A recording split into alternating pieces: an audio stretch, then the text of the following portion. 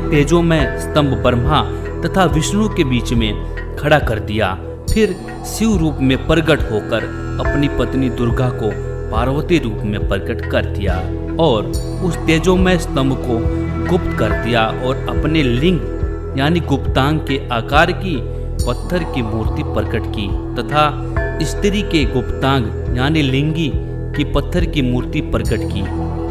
उस पत्थर के लिंग को लिंगी यानी स्त्री की योनि में प्रवेश करके ब्रह्मा तथा विष्णु से कहा कि यह लिंग तथा लिंगी अभेद रूप है, यानी इन दोनों को ऐसे ही रखकर नित्य पूजा करना। इसके पश्चात यह बेशरम पूजा देखा देखी चल रही है।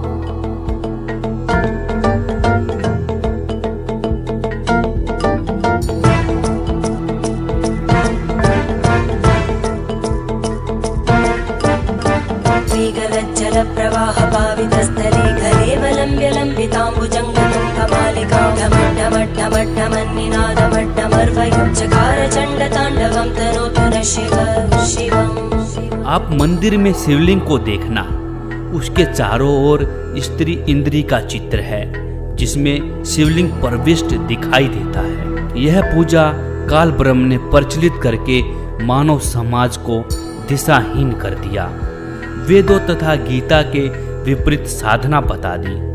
आप जी ने ऊपर शिव पुराण भाग 1 में विद्वेश्वर संहिता के पृष्ठ 11 पर अध्याय 5 श्लोक 27 से 30 में पढ़ा कि शिव ने जो तेजोमय स्तंभ खड़ा किया था, फिर उस स्तंभ को गुप्त करके पत्थर को अपने लिंग यानी गुप्तांग का आकार दे दिया और बोला कि इसकी पूजा किया करो। शिवलिंग की पूजा बताने वाले काल ब्रह्म यानी सदा शिव की है, जो ब्रह्मा विष्णु तथा शिव जी के पूज्य पिताजी हैं।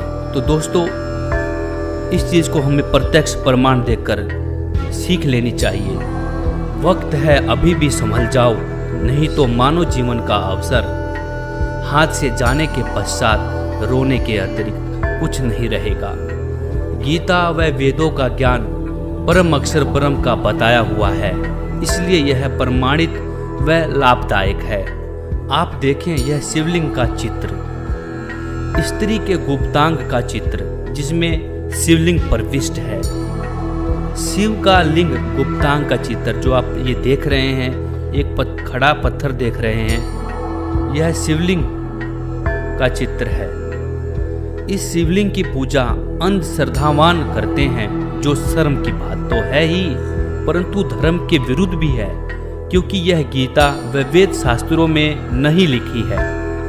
इसका खंडन सूक्ष्म वेद में इस प्रकार कबीर साहिब जी करते हैं कि धर शिवलिंगा बहुविध रंगा, गाल बजावे कहले, जयलिंग पूजे शिव साहिब मिले, तो पूजो क्यों ना खैले। इसका सरलात करके संत रामपाल जी महाराज बताते हैं, परमेश्वर कबीर जी ने समझाया है कि तत्वहीन मूर्ति पूजक अपनी साधना को श्रेष्ठ बताने के लिए गहले यानी ढीठ व्यक्ति गाल बजाते हैं, यानी व्यर्थ की बातें बड़बड़ करते हैं जिनका कोई शास्त्र आधार नहीं होता। वे जनता को भ्रमित करने के लिए विविध प्रकार के रंग बिरंगे पत्थर के शिवलिंग रखकर अपनी रोजी रोटी चलाते हैं। कबीर जी ने कहा है कि मैं उन्हें बताना चाहता हूँ कि यदि शिव जी के लिंग को पूजने से शिव जी भगवान का लाभ लेना चाहते हो तो आप धोखे में हैं।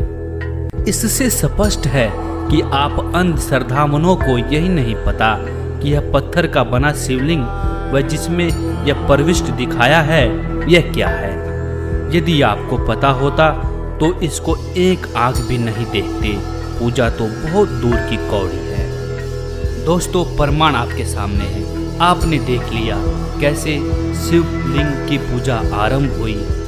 दोस्तों, ये रहस्यमय जानकारी हमें संत रामपाल जी महाराज के कर कमलों द्वारा लिखित पुस्तक अंध श्रद्धा भक्ति खतराए जान से मिली है।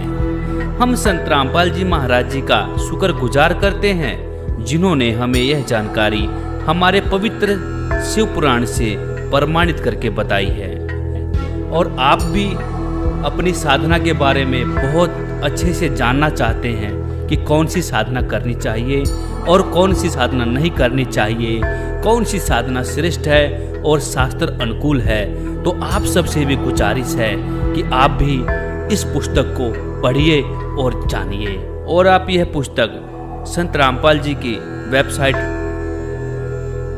www.jagatgururampalji.org से भी डाउनलोड कर सकते हैं। वेबसाइट का लिंक नीचे डिस्क्रिप्शन में दे दिया गया है। दर्शकों, हमारा उद्देश्य किसी की धार्मिक भावनाओं को ठेस पहुंचाना नहीं है। हमने तो सिर्फ शास्त्रों की सच्चाई को उजागर करने की एक छोटी सी कोशिश की है। दोस्तों, हमारी यह वीडियो देखने के लिए आपका बहुत बहुत धन्यवाद।